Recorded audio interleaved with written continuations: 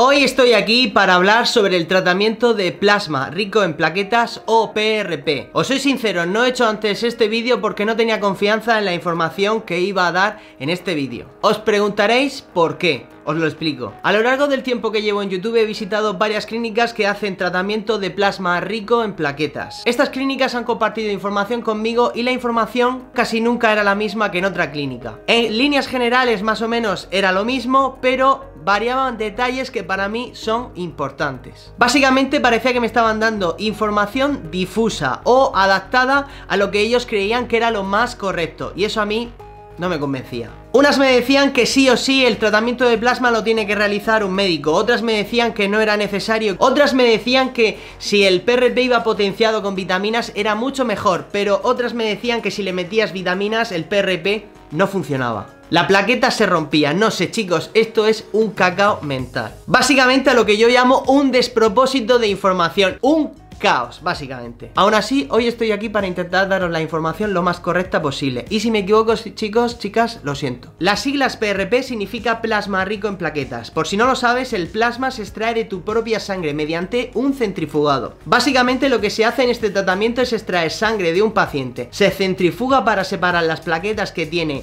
la sangre de los glóbulos rojos y de otras cositas que también tiene la sangre. El líquido que se crea, llamado plasma, se inyecta en la zona a tratar.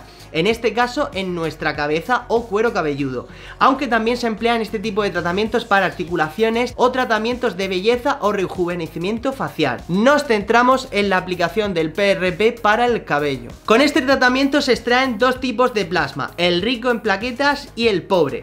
Vamos a verlo. Como estáis viendo en esta ilustración, este es el vial en el que tendríais vuestra sangre después de centrifugarla. En la parte de abajo tenemos los glóbulos rojos, en la parte media, que hay una pequeña línea muy finitas, estarían los glóbulos blancos, y por encima el plasma rico en plaquetas, es justamente el que está por encima de la zona roja. En la parte más alta estaría el plasma pobre. Normalmente el tratamiento que se inyecta es el rico en plaquetas, y lo que se suele hacer con el pobre es aplicarlo en el pelo como tratamiento externo. Ahora hablemos de la sangre. Es un tejido conectivo líquido que circula por capilares, venas y arterias. El plasma es lo que se obtiene al dejar desprovista la sangre de células como glóbulos rojos y glóbulos blancos. Posee un gran número de sustancias llamadas factores de crecimiento que promueven la migración y división celular. Estos factores tienen el potencial de estimular la respuesta reparativa de los tejidos dañados. Por eso se emplea en cirugías capilares o para dar fuerza a nuestro cabello. La primera pregunta y más importante es: Michael, ¿el tratamiento de PRP funciona sí y no? Vamos a intentar precisar un poquito. Aquí normalmente se habla mucho de tratamientos y al final depende mucho de cada persona y de cómo le afectes el tratamiento. Pero no es lo mismo decir voy a hacerme un PRP para que me salga el pelo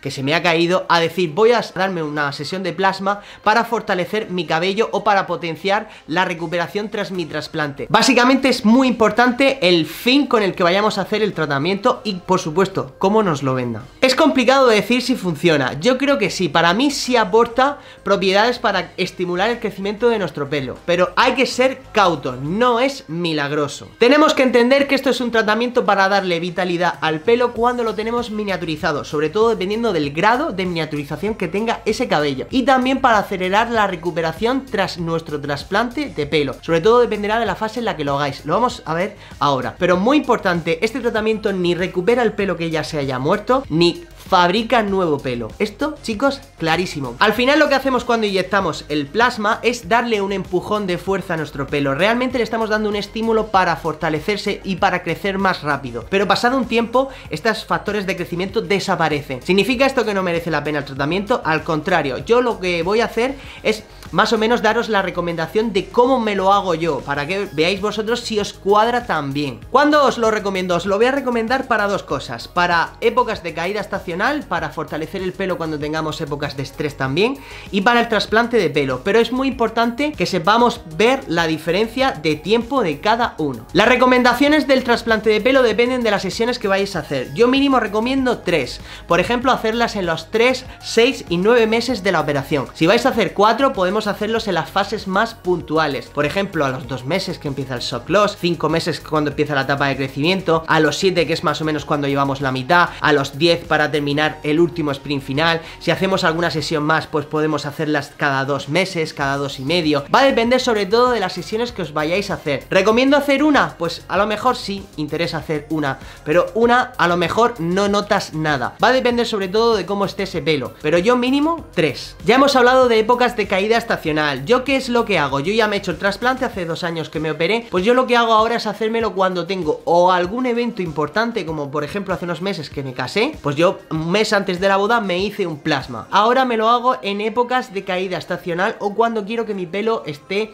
mucho más fuerte. Cuando por ejemplo estoy estresado o estoy comiendo mal, pues intento hacer el tratamiento para darle un extra de fuerza a mi pelo. Aquí, chicos, el mes, la fecha dependerá de vosotros. Podéis hacerlo antes de una caída estacional, podéis hacerlo en una época en la que estéis estresados o cuando os venga la gana. Esto, chicos, es elección propia. Ningún médico os puede dar una pauta. Vas a una clínica y te comentará de hacerlo una vez al mes o cada 3 meses, depende del sitio. Yo creo que estas son las recomendaciones más neutrales que os puedo dar. Factores que hay que tener en cuenta. ¿Es la sangre igual en todas las personas? Yo diría que no. Depende mucho del nivel de vida de una persona. Si yo me cuido mucho y como bien, mi sangre será igual que la de una persona que fuma y bebe mucho. Esto es algo interesante, pensadlo. PRP y vitaminas. De momento os puedo decir que hay clínicas que os hacen un PRP simple, que es el centrifugado de sangre y ya está, y que luego hay otras que le añaden las vitaminas. Pero aquí me he encontrado 2 cosas. Gente que le mete directamente las vitaminas al PRP y gente que no hace eso porque dice que si no la plaqueta se puede romper y lo que hace es ponerte en una sesión PRP y en la siguiente sesión vitaminas. Esto depende mucho de la clínica y aquí solo os puedo informar. No os puedo precisar nada, lo siento. Con el tema del precio me he vuelto loco, es decir, he visto sesiones por 50 euros, no sé dónde, pero me lo han comentado alguna vez. Y he visto sesiones por 600. Normalmente va a depender mucho de vuestra comunidad autónoma, va a depender mucho de la clínica, va a depender de muchas cosas. La sesión media suele estar entre 100 y 160 euros, es lo que yo he podido ver. Yo, por ejemplo, he pagado de 100 a 150. Muy bien, en todas, la verdad que genial, me han explicado, me han enseñado cómo funciona.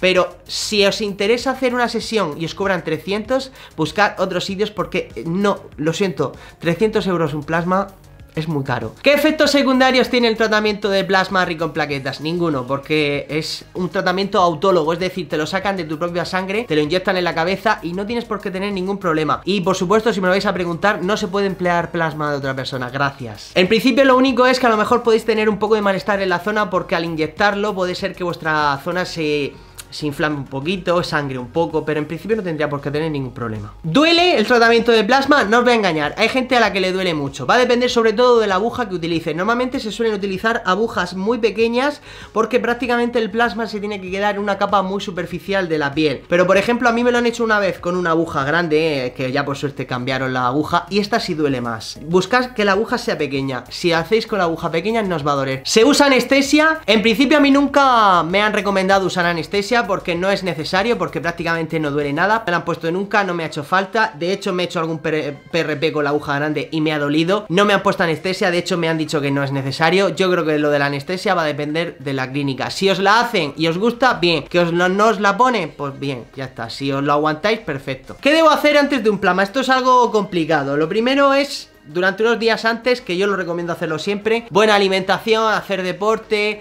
cuidarse en general, intentar no beber alcohol, intentar fumar lo menos posible para llegar al plasma con vuestra sangre al máximo, es decir, lo más potente posible. Si tomáis algún medicamento fuerte, comentadlo antes de hacer el plasma, porque algunos medicamentos cambian la textura de la sangre. Algo así, me lo comentaron por encima y no profundicé en la pregunta. Si tomáis medicamentos, lo comentáis. Por supuesto, no vayáis a la sesión ni aplicando minoxidil ni cualquier producto de fijación, y con el pelo limpio, lavado de ese día y perfecto. Y por supuesto, después del tratamiento, creo que son 2-3 días sin aplicar minoxidil, pero de todas formas en vuestra clínica os darán la pauta correcta que ellos recomiendan. Y aquí, hacedle caso. Por supuesto, no lavarte la cabeza hasta el día siguiente de hacerte el plasma. Y sobre todo, no arrancar si os sale alguna costrita de sangre. No la arranquéis. Michael, ¿qué es mejor, la mesoterapia o el PRP? Pues depende, porque no es el mismo tratamiento. La mesoterapia es básicamente un tratamiento en el que se hace una inyección de un tratamiento como el PRP, pero en este caso no lleva plasma. Lo que se inyecta suele ser finasteride, dutasteride o minoxidil o alguna mezcla de ellos. No es el mismo tratamiento. El plasma da vitalidad al pelo, puede potenciar la recuperación tras el trasplante trasplante. La mesoterapia es para la caída androgenética, entonces es que no es el mismo tratamiento, entonces no es ni uno ni mejor ni el otro peor.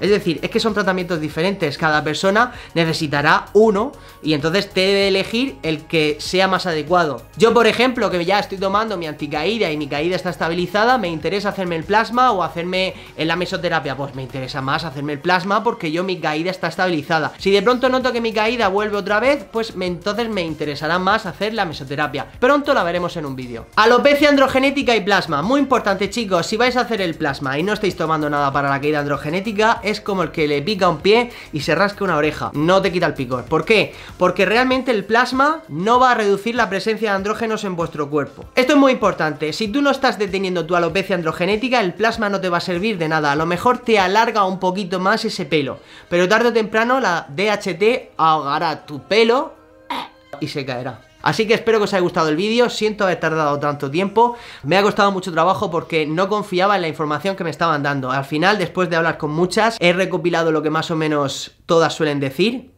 y aquí lo tenéis.